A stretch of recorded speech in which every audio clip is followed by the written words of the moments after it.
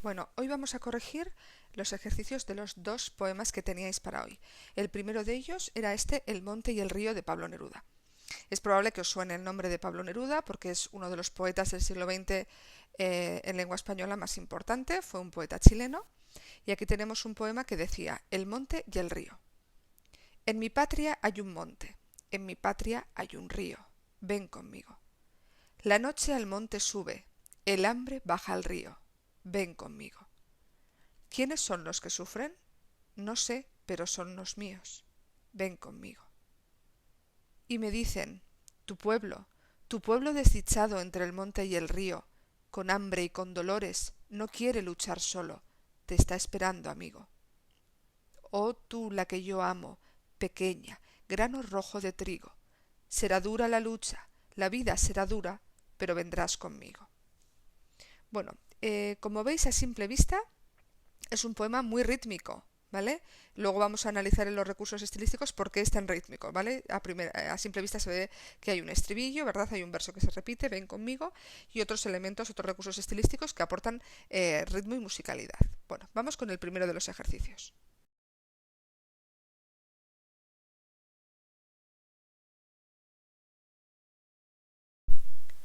Busca en el diccionario de la RAE el significado de exiliar y copia su significado. Bueno, exiliar, si habéis buscado en la RAE, os aparecen estos dos significados.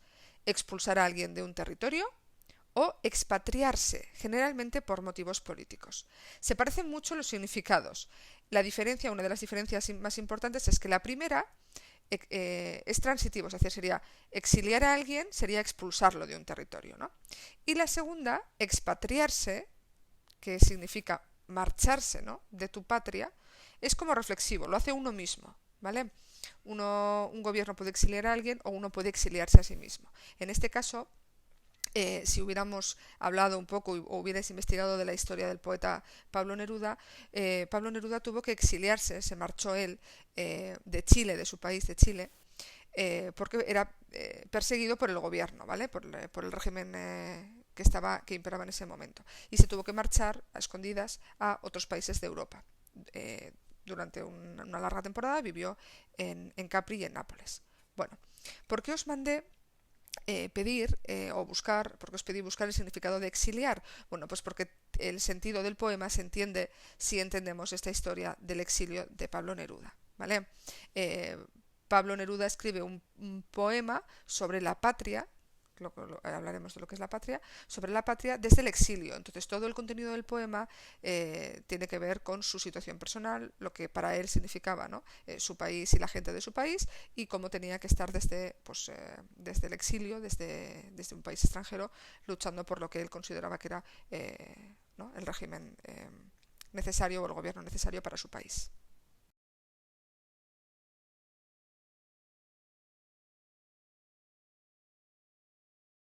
Bueno, este ejercicio preguntaba cuál es el tema del poema, es decir, cuál es el tema central o el asunto que se trata en el poema. Bueno, esto era un poco más difícil, ¿vale? Y también es un poco libre a interpretaciones. Pero vamos a ir mirando qué pistas hay en el texto que nos pudieran, pues, encaminar hacia ver cuál es el tema del texto. Bueno, se titulaba El monte y el río y empezaba diciendo, en mi patria hay un monte y en mi patria hay un río, si lo recordáis, ¿vale? Ya nos sitúa en la patria, ¿vale? Está hablando de su patria. Dice que en su patria hay un monte y en su patria hay un río. Esos dos elementos que ha elegido, el monte y el río, son muy simples y seguramente los haya en todos los, ¿no?, en casi todos los países o en casi todas las patrias, un monte y un río. Es una manera de simplificar su patria, ¿verdad? La noche al monte sube y el hambre baja al río. La noche es también un símbolo, si lo analizamos, ¿vale? La noche frente al día sería la oscuridad frente a la luz, y sería una época más oscura, relacionada con pasarlo mal. Y el hambre, pues todos sabemos lo que es el hambre, ¿vale? La noche sube al monte y el hambre baja al río, es decir, que de su patria se apropian la noche, la oscuridad, una época oscura, no positiva, y el hambre, ¿vale? ¿Quiénes son los que sufren? Aquí hay una pregunta, ¿verdad? O sea, hay alguien que sufre en su patria. Y dice el poeta, no lo sé, pero son míos. Se está identificando con la gente de su patria, ¿no? O sea, que está sufriendo en la noche y con hambre. Y me dicen, tu pueblo desdichado entre el monte y el río, con hambre y con dolores, no quiere luchar solo. Te está esperando, amigo. Fijaros, las personas, las supuestas personas hipotéticas de ese pueblo que le está diciendo que es desdichado, que está sufriendo y que tiene hambre, te está esperando. Es como una apelación a la persona, a él mismo y a la persona que está leyendo el poema, a unirse a luchar contra esa situación en ese país, ¿verdad? O tú, la que yo amo, pequeña grano rojo de trigo. Será dura la lucha, la vida será dura, pero vendrás conmigo. Bueno, el tema del poema podría ser este, ¿vale? La patria y lo que ello conlleva para su autor. Si lo centráramos un poco más, podría ser el sufrimiento de la patria del autor y esa apelación a luchar por liberarla.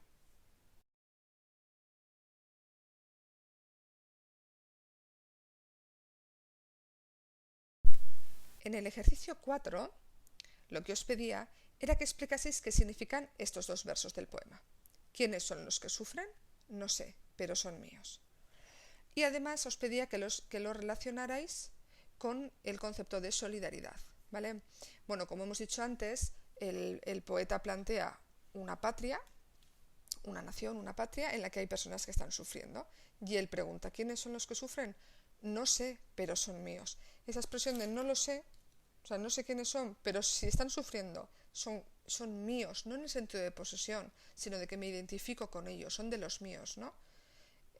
Parece que esa pregunta está formulada, eso es para posicionarse él al lado de los que sufren, de los desfavorecidos en esa patria, ¿verdad? Y es con ellos con quien se identifica y a quienes pertenece esa patria. Y por eso está relacionado con la solidaridad, ¿no? La solidaridad es ese concepto en el que uno se identifica, siente empatía por personas que necesitan su ayuda y trabajan conjuntamente.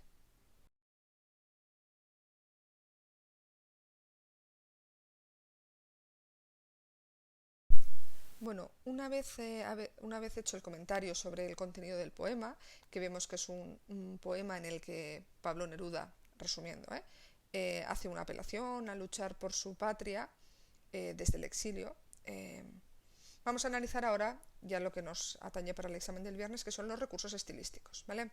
Como os he dicho al principio, este es un poema muy rítmico y ese ritmo, además de por la estructura métrica, se consigue también con figuras estilísticas o recursos estilísticos de repetición, ¿vale? Por eso os he mandado a buscar algunos de ellos. La anáfora, el primero que os pedía era buscar una anáfora. Bueno, hay varias anáforas, voy a ir comentando algunas de ellas, pero puede que hayáis puesto alguna de las que no está aquí, ¿vale? La primera que estaba en el ejemplo y que no valía para contestar en el ejercicio era esta, ¿vale?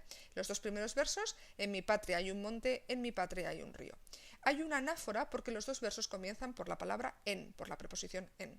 En realidad, no solo comienzan por la preposición en, se repite en mi patria hay, en mi patria hay, ¿vale? Nosotros nos vamos a fijar ahora solamente en la primera palabra porque es la que técnicamente conforma la anáfora, ¿vale? Por lo tanto, en estos dos versos hay una anáfora porque los dos comienzan con la preposición en.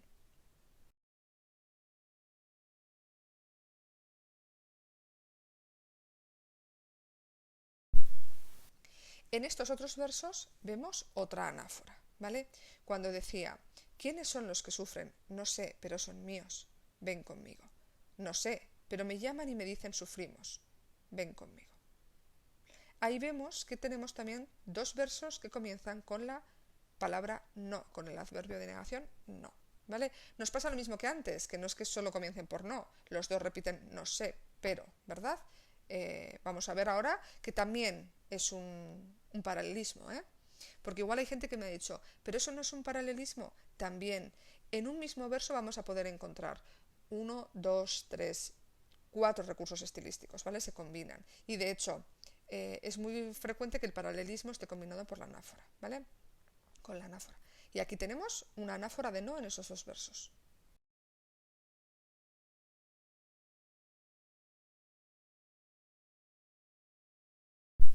Otra anáfora que podemos ver es en estos versos, en los versos 11 y 13, que comienzan los dos con la conjunción y.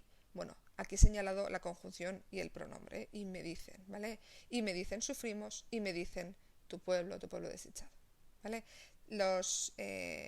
en estos versos, en el verso 11 y en el verso 13, tenemos una anáfora porque los dos comienzan con la conjunción y. Bueno, estas son algunas de las anáforas que hay en el poema. Ya os digo que seguramente hayáis señalado alguna otra. Por ejemplo, la de ven, ¿vale? En el verso que se repite, ven conmigo, ven conmigo, ven conmigo.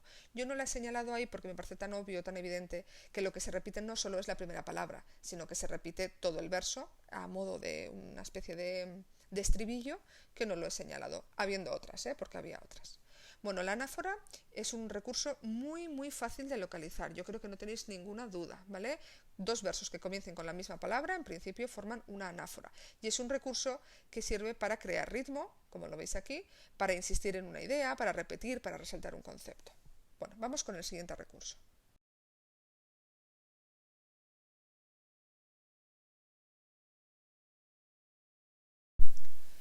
Luego os he pedido que buscaseis paralelismos. Bueno, el paralelismo ya sabéis que es la repetición de una estructura gramatical, ¿vale?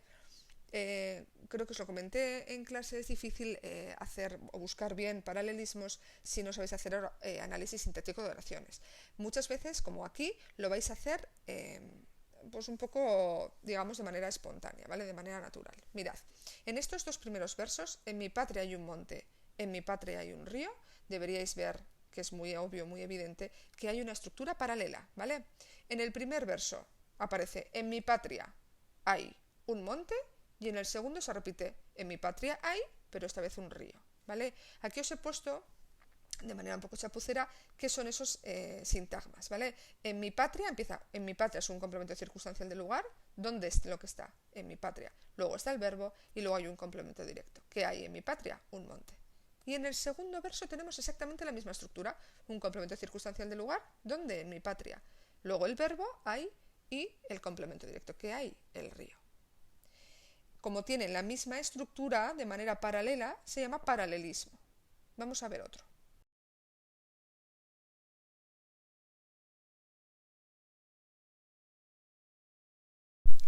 Aquí os lo he señalado con colores, ¿vale? En los versos, ¿quiénes son los que sufren? No sé, pero son míos. Ven conmigo.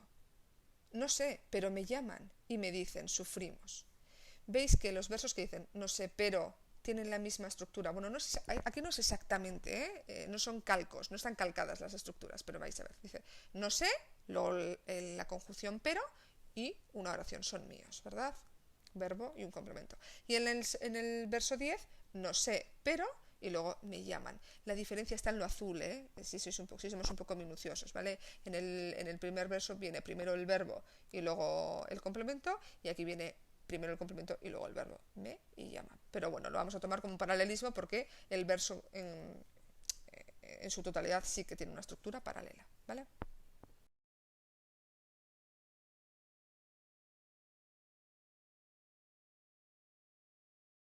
Sin cambiar de imagen, en estos mismos versos también, en los que se ven en la pantalla, vemos otro paralelismo. El verso 11, y me dicen sufrimos, tiene una estructura paralela a el verso 13. Y me dicen tu pueblo y lo que sigue, porque ahí comienza una oración que no termina en ese verso.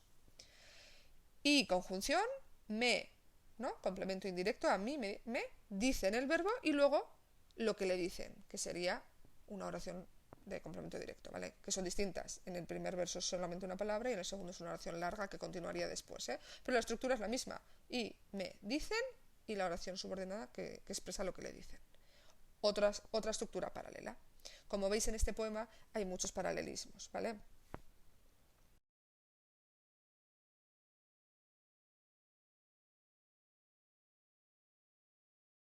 Vamos con otro recurso estilístico que no venía en las definiciones, pero que algunos me preguntasteis y que yo creo que es muy fácil de reconocer y que está bien que os suene este año, ¿vale? Si es que no lo habéis dado ya en primero, que es la interrogación retórica. ¿Qué es una interrogación retórica? Bueno, es un recurso que consiste en expresar una pregunta, pero que no espera una respuesta, ¿vale?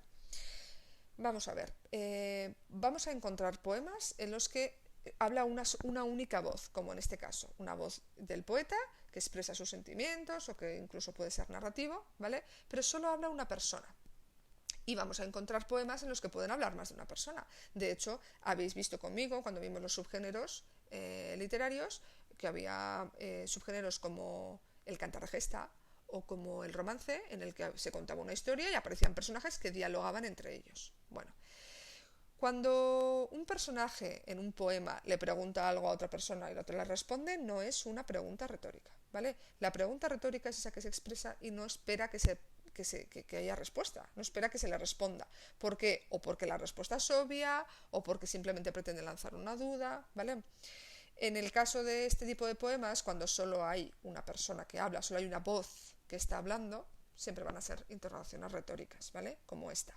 ¿Quiénes son los que sufren? Y él mismo se contesta, no sé, pero son míos.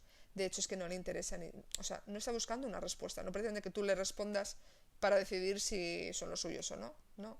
¿Quiénes son los que sufren? Él mismo se contesta, no sé, pero son míos. Una pregunta en un poema en el que solo hay una voz poética y que no espera respuesta es una pregunta retórica.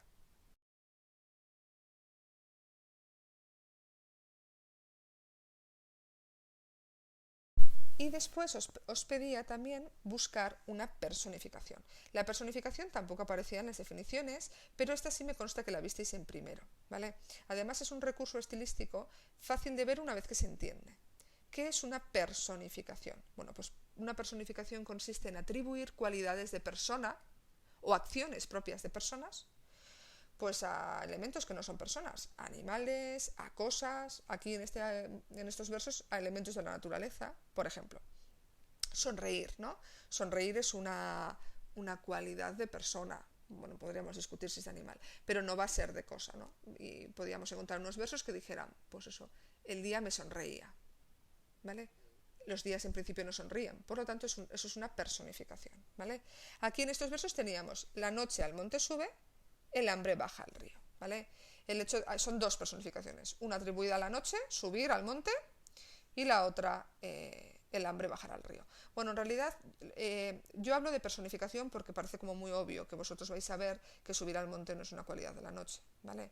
Podríamos discutir si en realidad eso es una metáfora, si que la noche suba al monte, todo en sí es una metáfora de que llegue un momento oscuro para un país, o no, o es una personificación. Nosotros no nos vamos a complicar y le vamos a poner aquí que es una personificación.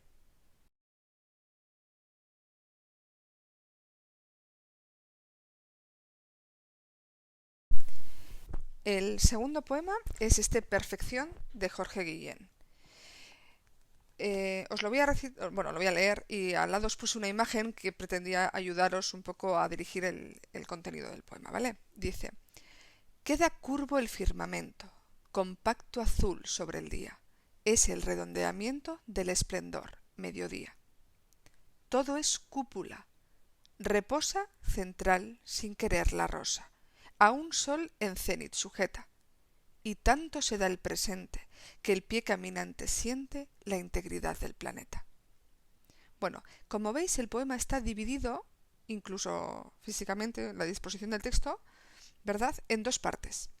La primera dice: queda curvo el firmamento, compacto azul sobre el día. Es el redondeamiento del esplendor. Mediodía nos está situando en un momento del día, a mediodía, ¿vale? El mediodía es el momento del día en el que el sol está justo en el centro, ¿vale? Sale por un lado y se supone que al mediodía está en la parte más alta pero centrado en el cielo. Y dice: queda curvo el firmamento. El firmamento es el espacio, ¿no? O sea, donde están las estrellas. El conjunto de estrellas, lo que vemos desde la Tierra, que durante el día no las vemos porque es de día, ¿vale? Y fijaros que dice que queda curvo, queda curvado. Nosotros si miramos al cielo no vemos el cielo curvado, ¿vale? Esto es una figura, esto es una imagen literaria que pretende ir hacia la idea de redondear, ¿vale? Lo vais a ver en todo el poema. Van a aparecer muchas ideas que tienen que ver con eso, con esa curva, ¿vale? Es como si el cielo, en ese paisaje en el que está el poeta, fuera absolutamente azul, no hay ni una nube, ¿vale? Es un mediodía de un día de un solazo terrible. Y dice que ve prácticamente, ¿no?, el cielo curvo sobre sí mismo, azul compacto, no hay ni un resquicio al blanco, y el sol brillante en medio, en lo alto, ¿vale? En el punto del mediodía. Todo es cúpula. Vuelve la idea del redondeamiento, ¿vale? La cúpula es ese elemento arquitectónico, ¿no?, que habéis estudiado, yo creo, en Guisa, ¿verdad? Que hace como una especie, pues eso, como de semicírculo, ¿no? En lo alto. Como el cielo, ese cielo curvado, ese redondeamiento del esplendor, ¿vale? Todo es cúpula. Para él el cielo es como una cúpula inmensa azul compacta. Y ahora fijaros, reposa central sin querer la rosa, a un sol en cenit sujeta. Aquí aparece una especie como de personaje nuevo. Hay una rosa y esta ya no está en el cielo, está en el suelo. Está sujeta al suelo, la rosa, ¿no? Pero ¿dónde está? Está reposando sin querer, sin haberlo elegido ella, en ese prado, imaginaros en ese prado, a un sol en cenit sujeta. Esto es una expresión que quiere decir que digamos, la flor queda en línea recta con el sol, ¿vale? Luego os intento hacer un dibujito ahí para que lo veáis. O sea, está ahí la rosa, en ese paisaje que nos ha propuesto, que se supone que está viendo el poeta, ¿no? De un mediodía, con el sol en lo alto, el cielo perfecto, azul compacto, ¿no? En ese momento pleno del día, hay una rosa ahí en medio del campo, sin haberlo elegido, está allí reposando. Y tanto se da el presente, que el pie caminante siente la integridad del planeta. Aquí se introduce el sentimiento, que convierte a este texto en un texto lírico, ¿vale? El pie del caminante no siente nada, esto es otra figura literaria, ¿vale? El que siente es el poeta, que está andando, por eso habla del pie, ¿vale? El poeta que está andando en ese paisaje, en ese momento de ese día, ¿vale? Siente bajo sus pies, presenciando ese paisaje, la integridad del planeta. La integridad es la totalidad. Es como si bajo sus pies caminando le parece tan redondo, tan perfecto ese momento, que siente todo el planeta bajo sus pies.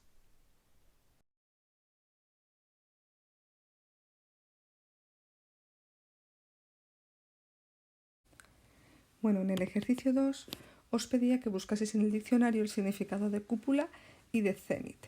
Bueno, en cuanto a cúpula, el significado correcto es el primero que aparecía, ¿vale? Bóveda en forma de una media esfera u otra aproximada con que suele cubrirse todo un edificio o parte de él, ¿vale? Creo que este es el concepto que os decía antes que habíais trabajado en Guisarte. Os he puesto ahí una imagen de lo que vendría a ser una cúpula, ¿vale? Para que veáis que no es una cúpula real la que aparece en el texto, ¿vale? Cuando dice todo es cúpula, se refiere a que el firmamento pues, adquiere esa forma, ¿no? Como de cúpula ficticia, pero una cúpula azul compacta.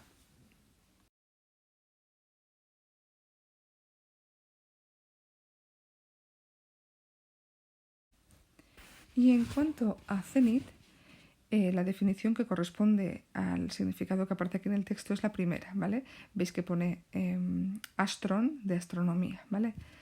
Es la intersección de la vertical de un lugar con la esfera celeste por encima de la cabeza del observador. Bueno, eso parece un poco difícil de entender. Os he puesto la imagen de lo que sería, ¿vale? Digamos que en el poema, que nos sitúa en el mediodía, el sol se sitúa en el punto más alto, ¿no? Pero claro, ese punto más alto es la de la curva, ¿no? De esa cúpula, que a la vez es el movimiento que hace el sol, ¿no? Desde que sale hasta que se oculta. Entonces, digamos que estando en su punto más alto, traza una línea recta con esa rosa que descansaba, que reposaba, ¿verdad? Sujeta al suelo. ¿Vale? Así que viene a decir que la rosa se encuentra en esa línea recta con respecto al sol que está en el punto más alto en el cielo.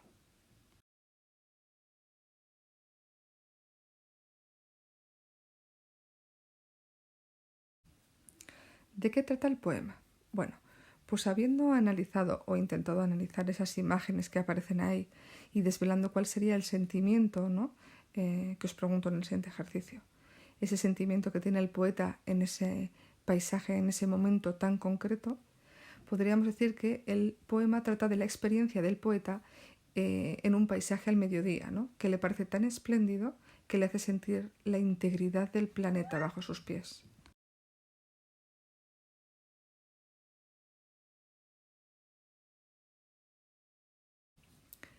En el ejercicio 4 os pregunto el sentimiento que expresa el poeta, que se identifica con el sentimiento del caminante, que se entiende que es él, ¿vale?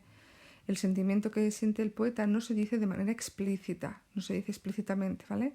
Pero cuando habla de esplendor, del esplendor del mediodía, de ese paisaje azul compacto que le hace sentir la integridad del planeta, podríamos hablar de admiración, ¿vale? Hablar de un sentimiento de admiración del poeta ante ese paisaje, o incluso de plenitud, ya que siente la integridad del planeta, ¿no? O incluso de ser consciente, dices, tanto se da el presente, ¿no? Nota el presente, el día, el ahora mismo, el aquí y el ahora, conciencia de uno mismo.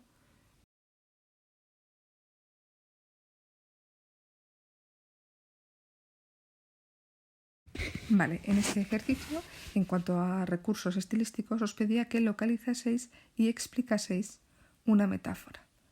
Bueno, os recuerdo lo que es una metáfora, ¿vale? Es esa figura de pensamiento o ese recurso estilístico semántico que consiste en nombrar una realidad mediante otra que guarde algún tipo de semejanza con ella, ¿vale?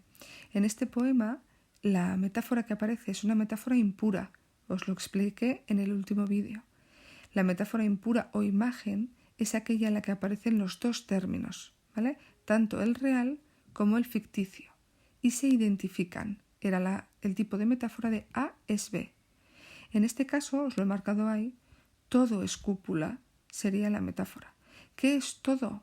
Pues ese cielo que ha descrito en la estrofa anterior, ese firmamento curvo, azul, compacto, con el sol en lo más alto, ¿verdad? Es una cúpula, no es una cúpula de verdad. Ya habéis visto antes lo que es una cúpula, ¿verdad? Lo que decía el diccionario de la RAE, que es una cúpula, es un elemento arquitectónico. Ese cielo, ese firmamento en realidad no es una cúpula, pero el poeta lo identifica porque guardan semejanza, esa especie de forma circular, redondeada sobre el poeta que observa el cielo, ¿no? Que observa ese sol en lo alto del cielo. Por eso hablamos de una metáfora impura, porque aparece identificado con la cúpula la realidad de la que está hablando, que es el cielo.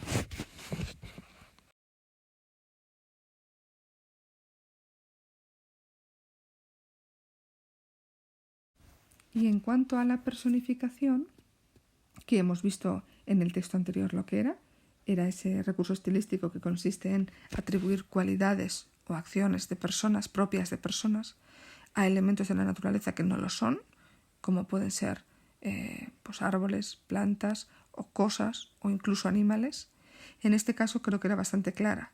Reposa central sin querer la rosa.